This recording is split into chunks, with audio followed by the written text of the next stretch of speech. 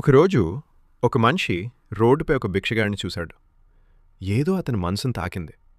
అతను నిశ్శబ్దంగా ఒక నిర్ణయం తీసుకున్నాడు. నేను వీలైనంతవరకు ఈ వ్యక్తికి సహాయం చేస్తాను. ఆ నెల జీతం వచ్చిన తర్వాత అతను భిక్షగాడికి 15,000 రూపాయలిచ్చాడు. భిక్షగాడు ఆనందంతో మెరిసిపోయాడు.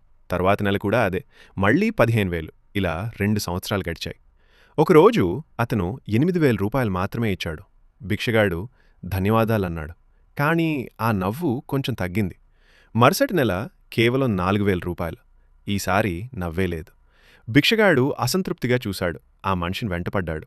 సార్, ఏమైనా మారిందా?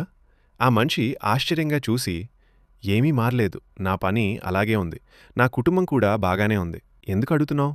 భిక్షగాడు నేరుగా చూసి అన్నాడు, మీరు ముందు ఎక్కువ ఇస్తుండేవారు, ఇప్పుడు తగ్గిస్తున్నాడు. ఆ మనిషి కాసేపు ఆలోచించాడు. ఆపై ప్రశాంతంగా చెప్పాడు, ముందు నాకు పిల్లలు లేరు, కానీ ఇప్పుడున్నారు. వారి చదువు ఖర్చులు ఉన్నాయి. భిక్షగాడి ముఖం మారిపోయింది. ఒక్క నిమిషం, నా డబ్బుతో మీ పిల్లల ఖర్చులు పెడుతున్నారా? ఆ మనిషి షాక్ అయ్యాడు. మాటలు రాలేదు. ఒక మంచి పని నెమ్మదిగా అంచనాగా మారిపోయింది. ఎందుకంటే సహాయం నిరంతరం చేస్తే అది బహుమతిలా అనిపించదు, హక్కులా అనిపిస్తుంది. మరియు ఎవరైనా మీ దయపై ఆధారపడితే అది ఎప్పుడూ వాళ్ళది కాదని మర్చిపోతారు, వారి హక్కులా అనుకుంటారు.